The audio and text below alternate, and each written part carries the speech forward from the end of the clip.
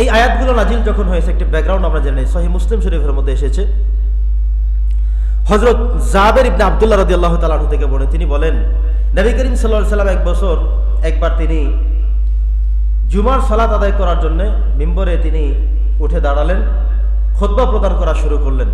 এমত অবস্থায় কিছু বণিক দল এসে বাহিরে ব্যবসা বাণিজ্যের কারবার তারা শুরু করলো।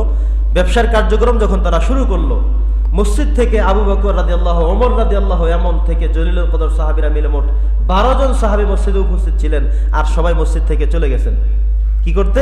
কারণ তৎকালীন সময় একটু ঝামেলা ছিল এমন যে প্রত্যেক সপ্তাহে, এক সপ্তাহ পর পর কিংবা এক মাস পর পর অন্য দেশ থেকে এখানে বিভিন্ন কিছু ক্রয় বিক্রয় করতে চলে আসতো, বিভিন্ন খাবার সংগ্রহ করে রাখতে হতো, আবার আরেক সপ্তাহে আসতো।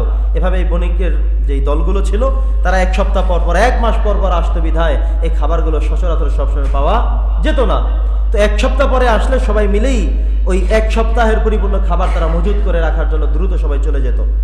তো নবী করিম সাল্লাল্লাহু আলাইহি ওয়াসাল্লাম যখন এই খুতবা দিচ্ছেন, এমত অবস্থায় ওই বণিক দলরা এসে একটি ঘন্টা পিটানো শুরু করলো এবং তারা খাবারের জন্য আয়োজন অ্যারেঞ্জমেন্ট করলো, জোরে জোরে ঘোষণা শুরু করলো। নবী করিম সাল্লাল্লাহু আলাইহি ওয়াসাল্লাম মসজিদের মধ্যে আসেন, খুতবা শুনবেন, এই গুরুত্ব রেখে সাহাবায়ে কিরামদের মধ্যে সবাই, মাত্র 12 জন উপস্থিত ছিল, সবাই চলে গেছে ক্রয় করতে। নবী করিম সাল্লাল্লাহু আলাইহি ওয়াসাল্লামকে এক অবস্থায় রেখে চলে গেল। আল্লাহ তাআলা বিষয়টি পছন্দ করলেন, আল্লাহ আয়াত নাযিল করে দিলেন যে না, তোমরা জুমার দিনে যখন চলে আসবে তোমাদের বেচা কিনা সব বন্ধ থাকবে, তোমাদের কোনো টেনশন নিয়ে টেন্ডেন্সি নিয়ে মসজিদ আসতে পারবে না। একেবারে একটি ওপেন দিল, খালাস দিল নিয়ে মসজিদ চলে আসবে, বসবে, খুতবা শুনবে, ইমামের আলোচনাগুলো শুনবে, নামাজের শেষ করবে, খুতবা শ্রবণ করবে, সবকিছু শেষ করে তারপরে মসজিদ থেকে যাবে। এর মধ্যে কোনো কিনা বেচা, কোনো ঝাই ঝামেলা, কোনো কিছুই করা যাবে না। সম্মানিত সুধী, তো সেই সময় এমনটা হওয়ার কারণেই আল্লাহ সুবহানাহু ওয়া তাআলা এই কোরআনুল কারীমের মধ্যে আয়াত নাজিল করে জানিয়ে দিলেন যে জুমার দিনের কতটুকু গুরুত্ব রয়েছে, আমাদের উপরে কি দায়িত্ব রয়েছে, সে দায়িত্বগুলো আল্লাহ সুবহানাহু ওয়া তাআলা নবীজির মাধ্যমে আমাদেরকে বাতলে দিলেন, শিখিয়ে দিলেন।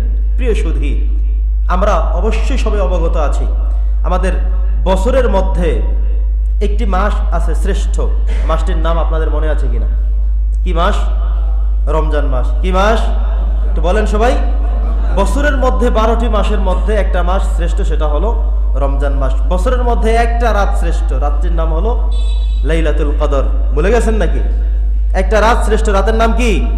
লাইলাতুল কদর। একটি দিন শ্রেষ্ঠ, সেটা হলো আরাফার দিন। কিসের দিন? সবাই বলেন। আরাফার দিন শ্রেষ্ঠ, আর লাইলাতুল কদরের রাত শ্রেষ্ঠ। বছরের মধ্যে একটি মাস শ্রেষ্ঠ, এমন করে সপ্তাহের মধ্যে একটি দিন শ্রেষ্ঠ, সেটা হলো জুমার দিন। সেটার নাম কি? জুমার দিন। আজকের দিন, এই যে আজকের দিন আমরা এখানে এসেছি, শনিবার, রবিবার, সোমবার, মঙ্গলবার, বুধবার, বৃহস্পতিবার এবং জুমাবার। আমরা শুক্রবার না বলে কি বলবো? জুমাবার বলবো। কি বলবো আমরা? জুমাবার বলবো। এই দিনে জুমার সাথে সংশ্লিষ্ট। আল্লাহ জুমা আয়াত নাজিল করেছেন, সূরা দিয়ে দিয়েছেন, জুমার ব্যাপারে কোরআনে আসছে কথা। তা আমরা যদি শুক্রবার না বলে জুমাবার বলি, সওয়াব হবে না গুনাহ হবে? কোনটা আমরা বলবো? জুমাবার বলবো। বলি ইনশাআল্লাহ। জোরে বলেন না ইনশাআল্লাহ। এভাবে করে করেই আল্লাহ তাআলা বুঝিয়েছেন যেই দিনটা শ্রেষ্ঠ, যেই মাস শ্রেষ্ঠ, যেই রাত শ্রেষ্ঠ, এই শ্রেষ্ঠের দিনগুলো, শ্রেষ্ঠের রাতগুলো, শ্রেষ্ঠের মাসগুলো তোমাদেরকে বেশি প্রাধান্য দিতে হবে, প্রায়োরিটি দিতে হবে, গুরুত্ব দিতে হবে। আমরা এই দিনটাকে গুরুত্ব দিচ্ছি, ঠিক কিনা বলেন? এভাবে করে করে আমাদের, আপনি যখন কিনতে যাবেন আপনাকে বলা হবে যে এই পাঞ্জাবিটার দাম 700 টাকা, এটার দাম 1700 টাকা, এটার দাম মাত্র 300 টাকা। হয় কিনা এমন? তাহলে আপনি বুঝতে হবে যেটা মর্যাদার দিক থেকে বেশি, এটার গুরুত্বও বেশি। যেটা দাম বেশি, তার মানে হলো এটার ভিতরে কাপড়, এর সুতি এবং এটার কটন, এটার ডিজাইন, এটা সৌন্দর্য, সবকিছু বেশি না কম? আপনাকে দেখানো একটা লুঙ্গি 200 টাকার লুঙ্গি আছে, 500 টাকার লুঙ্গি আছে, 1000 টাকার লুঙ্গি আছে, আরো বেশি দামি লুঙ্গি আছে। এখন আপনি 200 টাকার লুঙ্গি কিনে 1000 টাকার লুঙ্গির সাথে পাল্লা দিলে কি চলবে? 200 টাকার লুঙ্গি আপনি শুধু লুঙ্গি পরে যখন দাঁড়াবেন, ভিতরে সব দেখা যাবে। এক ধোয়া দিবেন, সব রং চলে যাবে পানির সাথে, ঠিক কিনা বলেন? তাহলে যেটার গুরুত্ব বেশি, দাম বেশি, সেটার কদরও বেশি আছে না নাই? আল্লাহ তাআলা জানিয়েছেন যে সপ্তাহের মধ্যে শ্রেষ্ঠতম দিনের নাম হলো জুমার দিন। সপ্তাহের শ্রেষ্ঠ দিনের নাম কি? সবাই বলেন। জুমার দিন। এই জুমাকে দেখেন, আমরা যারা মসজিদে এসেছি একটু চিন্তা করে দেখেন তো, এই যে যখন বৃহস্পতিবার, তখন থেকে টেন্ডেন্সি যে আগামীকাল জুমাবার। আজকে সকাল থেকেই তাড়াতাড়ি ঘুম থেকে উঠলাম, জুমার প্রিপারেশন নিচ্ছি, প্রস্তুতি নিচ্ছি, জামা কাপড় কাচাচ্ছি, বারবার দেখতেছি কখন 10টা, কখন 11টা, কখন 12টা, তাইলে আর ঘরে বসে থাকা যাবে না। আমি গোসল করতে হবে, পবিত্র হতে হবে, সুগন্ধি মাখতে হবে, আমি আগে ভাগে মসজিদে গিয়ে সামনের কাতারে বসে যেতে হবে, ইমামের আলোচনাগুলো শুনতে হবে। এটাই হলো গুরুত্ব। পড়ি আলহামদুলিল্লাহ। এই গুরুত্ব কি সবাই দিতে জানে? এই গুরুত্ব কি সবাই দেয়? দেয় না। জুমার দিন এটি এমন একটি গুরুত্বপূর্ণ দিন, আপনি লক্ষ্য করবেন, দেখবেন এই দিনে যারা 5 ওয়াক্ত সালাত ঠিক মতো আদায় করে তারাও আসে। এই দিনে যারা তাহাজ্জুদ গুজার, প্রতিদিন তাহাজ্জুদ নামাজ পড়ে, এমন মুসল্লি মসজিদের মধ্যে আছে না নাই? আছে। প্রত্যেক দিন তাহাজ্জুদ পড়ে সেই মুসল্লি আজকে আছে। যিনি 5 ওয়াক্ত নামাজ জামাতে পারেন তিনিও আজকে উপস্থিত। যিনি কেবলমাত্র 2-3 ওয়াক্ত নামাজ পড়েন, বাকিগুলো আর পড়েন না, আজকে তারাও আসবেন। ঠিক কিনা বলেন? যিনি পুরো সপ্তাহে নামাজ ঠিকঠাক মতো পড়েন না, জানাজার নামাজ পড়েন, আর কোনো নামাজ নাই, তিনিও আজকে আসবেন। কেন? এটা জুমার দিন, এটা শ্রেষ্ঠ দিন।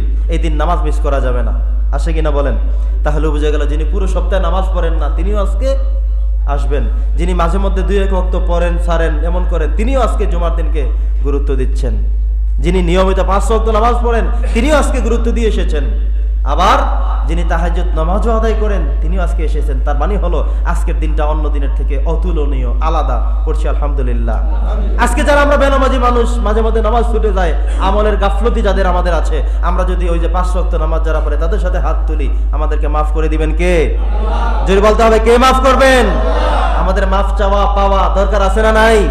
আমরা কি সবাই গুনাহগার নাকি সবাই ইমানদার? সবাই ইমানদার, আবার সবাই গুনাহগারও। আল্লাহ রাসূল বলেছেন আমরা প্রত্যেকেই, আমার প্রত্যেক উম্মতরাই গুনাহগার।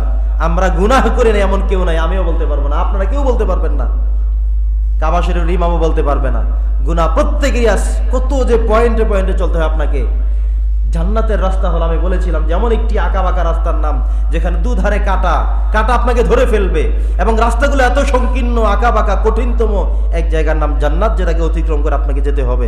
আর এমন যদি কোনো সরু রাস্তা দিয়ে রওনা করেন, এই দিক থেকে কাটা আপনাকে টেনে ধরবে, এই দিক থেকে টেনে ধরবে। চলতে ফিরতে দোষ, অন্যায়, অপরাধ আমাদের হচ্ছে প্রতিনিয়তই। কিন্তু এর মধ্যে উত্তম তারা যারা সামান্যতম কোনো গুনাহ হয়ে গেলেও সাথে সাথে ইস্তেগফারের মধ্য দিয়ে, ক্ষমা চাওয়ার মধ্য দিয়ে আল্লাহর প্রিয় বান্দাদের কাতারে শামিল হয়ে যায়। আলহামদুলিল্লাহ। আপনি আমি যখন অন্যায় করবো, যখন জানবো গুনাহ হয়ে গেছে, যখন একটা মিথ্যা বলে ফেলবো, যখন একটা অপরাধ করে ফেলবো, কারণ যদি জুলুম করে ফেলবো, সাথে সাথে আস্তাগফিরুল্লাহ কি পড়তে হবে? আস্তাগফিরুল্লাহ। ইস্তেগফার বললে ক্ষমা করবেন কে?